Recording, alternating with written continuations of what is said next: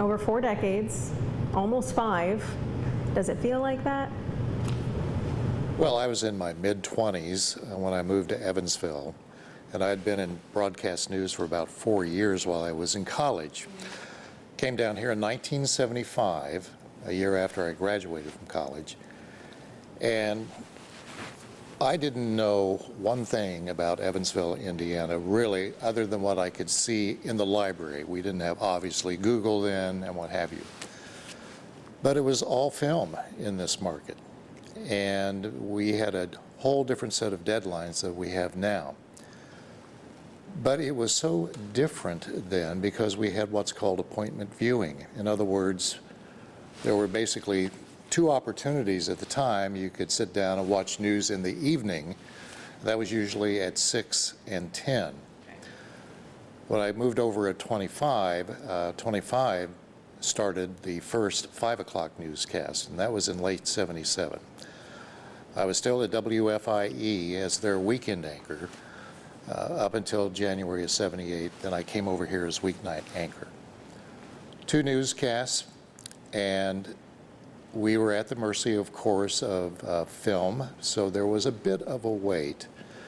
But this was long before social media, and it was appointment viewing, as I said. Families would often watch the news together because even in 2 television households, when the news came on, families often got together and watched what was going on. You talk about social media and then you talk about film, and it's like, my goodness, the changes that you have probably experienced during your time just as a journalist. This might be a hard question, but what is the biggest change that you've experienced? I think it's the way we view what's around us from this cocoon that we are in today called broadcast news and also digital reporting. We tend to look at things from our perspective, but the thing that has often troubled me, there's that old worn out phrase, you got to think outside the box, okay? That kind of crept into the conversation about 30 years ago, but it's a standard line now, and I get it. But sometimes I feel in some cases you've got to think inside the box before you pop open that lid and venture outside. It comes down to this, Jessica, you've got to get it right. You've got to respect the people that you're reporting on. And for me personally, I try to put myself in the shoes of those individuals who are not only being reported on, but who are watching. That's probably something we're going to have a conversation about, all the things that changed during your time, but that is probably something that stayed the same. That relationship building, that contact connection, all this while it almost has to stay the same because you have to be so respectful to those contacts and nurture those relationships. It's probably stayed the same up until this point for you, right? In many ways. The only thing that has changed has been the mechanism. Really, things changed dramatically when social media crept into the equation. I text, that's usually my first method of communication. But there is something about actually talking to someone face to face, or even hearing a voice at the other end of the line, that still, I think, has merit. It's a great communication tool, even though it does not have the immediacy of text. But often, you know, we often wait on a response from newsmakers when they don't text back. And at least in the days when I was learning the ropes and I made my share of mistakes, you can still do it today. You could still knock on doors. Absolutely. You could go downtown, check on the Civic Center, build a beat list and a contact list in that way, face-to-face communication. In a notebook. And a notebook, of course. Not on the cell phone or not on your computer or anything like that. That's right, and those are great tools, you know, and we're in a hurry, but I know we multitask today, okay? But multitasking, at least for me, the only problem that I have with it, and I'm just speaking for myself, is when we multitask, if we've got so much going on, multitasking, I think, is telling us that we're not focusing on the task at hand. And I think the first thing that we need to focus on is What's the story here? Who is it impacting? And why is it important? And there is so much going on today. There are so many dynamics. There's so much misinformation out there. 50 years ago, misinformation would pretty well be flagged right off the spot.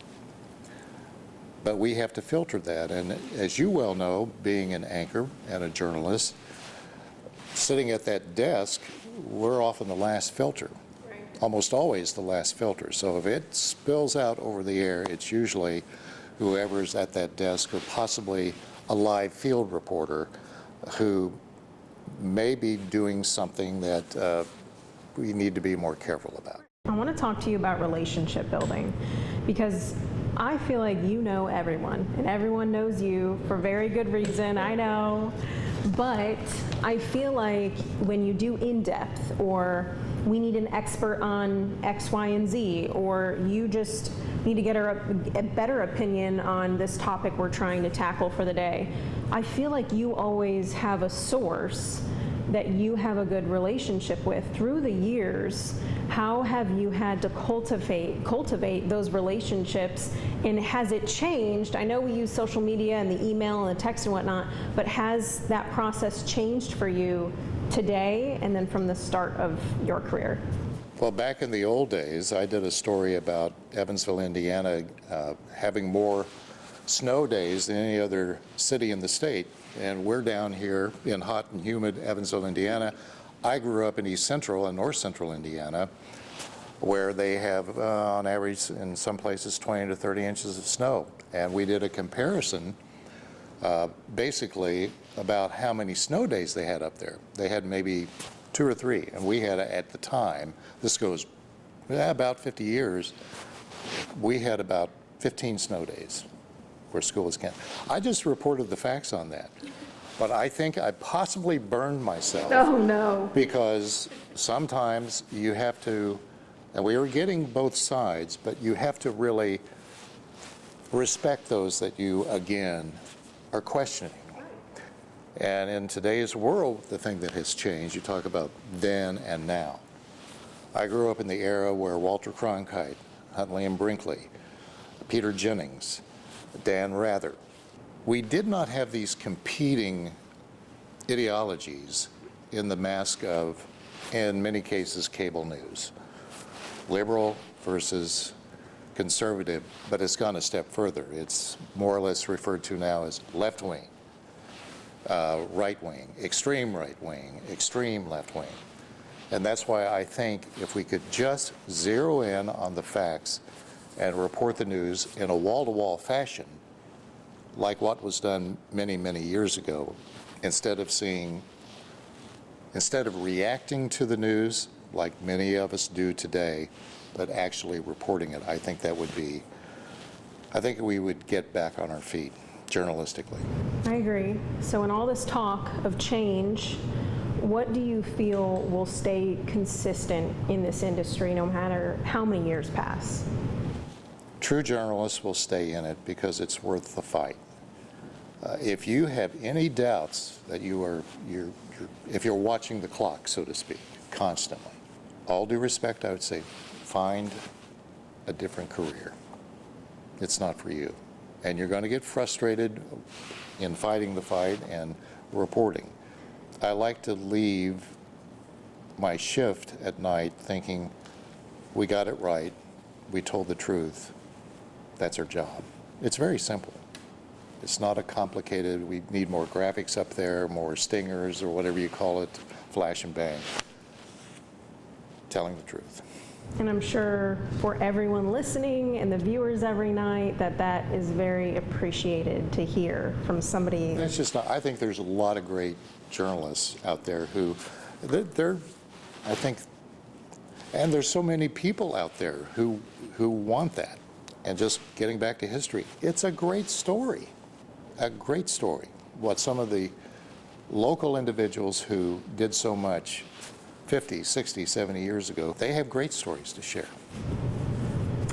Well, is there anything else before we wrap up that you want to talk about in terms of the beginning to the end and all the changes that you've seen? Is there anything else? Well, I don't have all the answers. If I could, quite frankly, if I could put a crystal ball out there and say, well, this is where we'll be in 3 years from now.